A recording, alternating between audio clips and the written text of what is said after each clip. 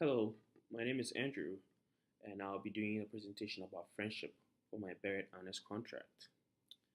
In this presentation, what I'm going to talk about is the definition of friendship, nature of friendship, elements that influence friendship, such as culture, gender, and personality. I'll also talk about the difficulties in friendship, such as the effects of culture, effects of gender, and effects of personality. So some of the text in this presentation are referenced from the book Intimate called Intimate Relationship by Miller. And most of the things that are with regards to culture and personality differences and gender differences are from my personal experience as a Ghanaian from West Africa that had a lot of friends in Ghana and had to move over here to the United States and how to remake friends, how I keep in touch with my other friends, the differences between being friends with Americans and being friends with people from back home Ghana, and the differences I've had from being friends with women and being friends with men. So I'll start with the definition. Fair puts it that friendship is a voluntary, personal relationship typically providing intimacy and assistance in which the two parties like each other and seek each other's company. So I'll go ahead and talk about the nature of friendship. The nature of friendship, for every friendship, these elements are very critical: respect, capitalization, social support, and responsiveness. So, to put this in perspective, I'm going to talk about how gender, different personality, and culture affect these nature of friendship, just as I described earlier. So I'll start with culture. So culture affects a lot of things in our lives. The first thing I'll talk about in relation to friendship is respect. So, living in Ghana, I've always known that I should respect my friends. Not really my friends, but my elderly ones. But I was never actually taught to respect my friends because respect is a big and serious word. Growing up, that's what I believed. But when I came to the United States here, they have different definition for respect. Taking up someone's personal space is counted as not being respectful. Not replying the text on time is counted as not being respectful. One thing that I was growing when I was growing up in Ghana is that I do not need to reply my best friend's text all the time because he or she understands my situation. It does not count as being disrespectful. Also, one thing that really epitomized friendship is being able to make fun or mock or insult your friend in public without them being angry. It's people, especially guys, do that a lot to their friends. They respect and show more reverence to people that they do not know. So when we talk about respect with regards to cultural experience, I think it's two different things in the United States and in Ghana. Because in Ghana, pretty much when you are a guy and you have friends, the level of friendship is measured somehow to how bad you can treat your friend, how you can insult your friend freely and comfortable without thinking of any other consequences because nothing will happen. The next thing that I'll talk about is capitalization.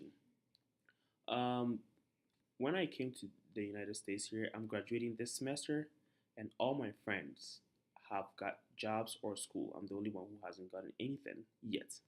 However, I'm very happy for them. This is capitalization in, in friendship. And I've realized that with my friend in my house in ASU here, it's the same thing that he treats me. Whenever I have something good going on, he gets happy for me. So capitalization, I would say, is a general thing as far as I'm concerned with my experience. However, Americans are more expressive of their feelings when it comes to capitalization. People actually take their phone to text you, to congratulate you on whatever you do that is good. However, my friends from Ghana and I, we do not usually do that officially. You just know that each one person is happy for you. One also thing is social support, which is a very big difference in culture in the United States and in Ghana. So quite recently, one of my friends was moving from his house to another house. He didn't have to tell us a week before. He just told us a day before. He believed that if we are free, we are going to help. And all of us joined in helping him move from his old house to his new house. I do not see that happening a lot when it comes to my American friends because there are sometimes that I've requested some things from my friends in my house, the Americans, that was regarded as too late to ask for help at that time. I'm not saying it's good practice to not ask for help from the beginning, but with culture, I think that there's a difference. When coming from Ghanaian background, I do not feel the need or I'm not obliged to tell my friends weeks ahead of time, although it helps. If I tell them a day before and they still have the time, they are ready to do it and work together because on the African continent and the African society, we work a lot together and do a lot of communal activities. Also, I forgot to mention that one difference I've learned from the social support when it comes to emotional is that people here in the United States express more emotional concern about their friends more than the ones in Ghana. Probably because the United States people are socialized to believe that it is okay to express emotions. However, in Africa, we are usually taught to suppress our emotions. I've also talked about the physical part. And I think this is supported by Miller's book, Romantic Relationship, because it says that in male friendship, they enjoy each other by the shared activities, and in females, they they talk more about their personal things going on amongst them. So what I've realized is that when my friend was moving, all the male friends we enjoyed coming together to help them. So I think this part that I observed in my friends is really supported by the book of Miller. Because of these differences between male and female friendship, what I've realized is that my female friends, I have a female friend called Michelle on the Tempe campus. Whenever she needs help with physical things, she calls me and my other male friends to come help. However, when she needs help with something emotional, we're never called to. Also, personally, here, when I feel the need for emotional support, I do not go to my male friends because we males usually think that expression emotion is a little bit weak, so they do not do very good in expressing it. And whenever I talk about something emotional, they will start mocking me. So whenever I feel the need for, for emotional support, I call my friends who are ladies because I believe that they do better in supporting me emotionally. So I think this is pretty much in line with what Miller recorded in his book, that women tend to bond in their friendship, and their friendship are characterized by by sharing their emotional needs and everything, while men usually go about things by sharing physical activity. I'll go ahead and talk about the difficulties in friendship. And also, again, I'll talk about gender, culture, and personality differences. The first thing that I'll talk about here is gender. According to Miller, women's friendship are characterized by emotional sharing and self disclosure, while men's friendship is characterized by shared activities. So, then the question that I asked myself was that what about man woman relationship? Um, what I've realized is that we express our our friendship differently. So as a man, when I'm talking to a female, sometimes I may think that our friendship should be based on shared activities, and she may think that our friendship should be based on sharing our what's going on in our lives. So that's one thing that I've realized about a man-woman relationship, which is a little bit difficult because usually men don't really understand women and women don't really understand men. So that is where the first difficulty when it comes to gender comes in because we have different ways of expressing friendship. and this may lead to bad impressions. One thing is that I've had like three female friends that I realized that I got feelings for, that I would want to go out with them.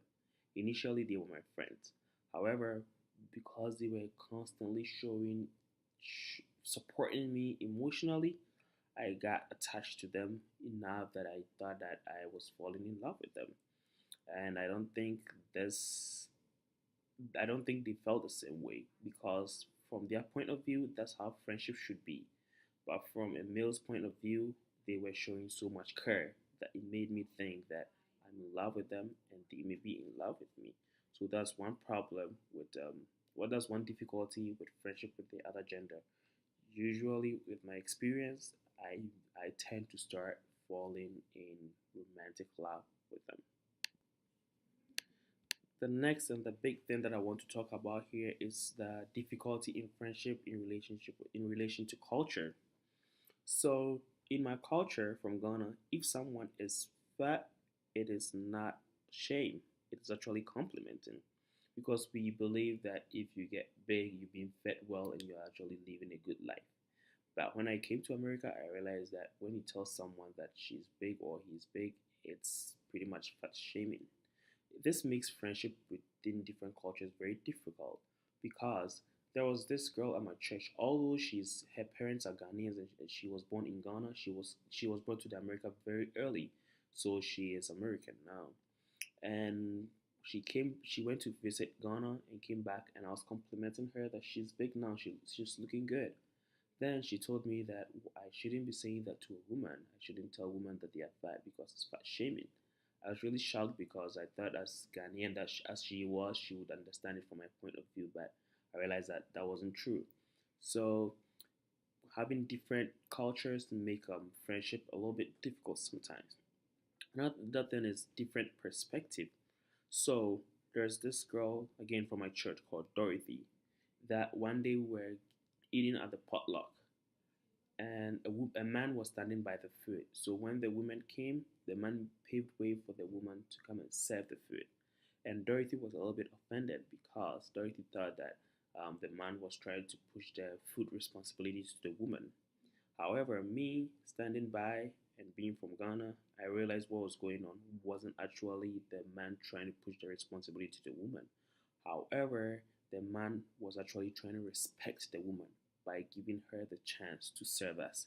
That is how some of us we see such responsibilities.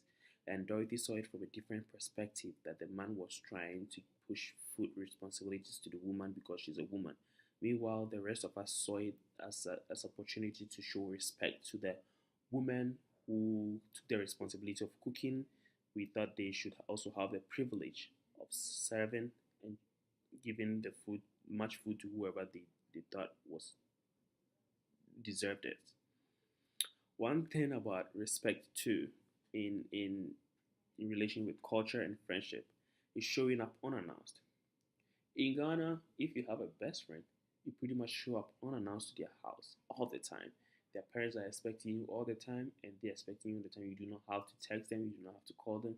Just show up. If they are not around, you just wasted of time, your time. But if they are around, you just join them and do whatever they were doing. Just join them in whatever you're doing. However, it's very different here.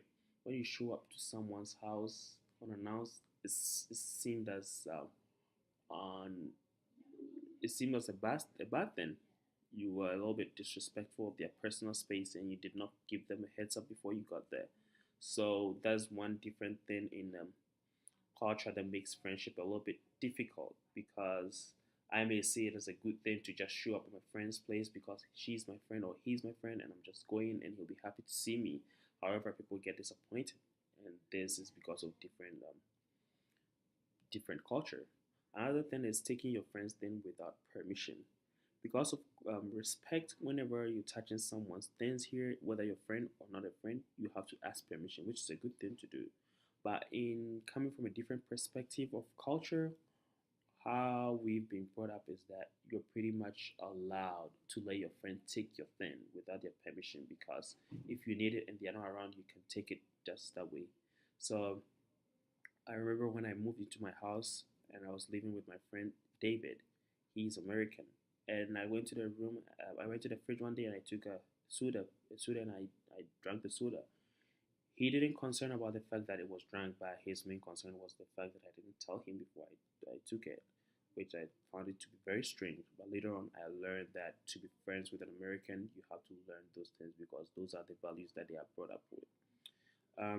Again, I said this from the beginning that in Ghana, when you have a best friend, you are not so nice to them when everybody is around. Actually, you are meanest to them because you know they understand you and you actually make fun of them. But here, when you have a friend, you actually show respect to them in the public even more than the outsiders because they are the ones that matter. Also, one thing that makes friendship in the United States, not in the United States, but friendship difficult with different cultures is different interests and expectations. I was brought up in Ghana, so the game that I'm used to is soccer and draft as a board game. But I came here and there are so many games here. So getting a friend that you all share the same game is a little bit more difficult than in Ghana where we only have like one big game that everybody shares and plays. So and as we all know, when you have a friend, they are the one that you play with, they are the one that you do things with. So it's usually a little bit difficult to get friends from different culture because you do not have the same hobbies and same interests when it comes to sports and games. So these are the few things that I thought it would be good to include in the presentation. There are a lot of things that I could have added. However, I think many of the books capture all the philosophical and the psychological and the social aspects of friendship. That the cultural aspect is usually missed. And as someone who's lived in Ghana and lived in ASU here, I had to start making friends through joining clubs and playing soccer all the time. I think is a very good thing to bring in the cultural perspective of having friends. So that will be the end of my presentation. Thank you very much.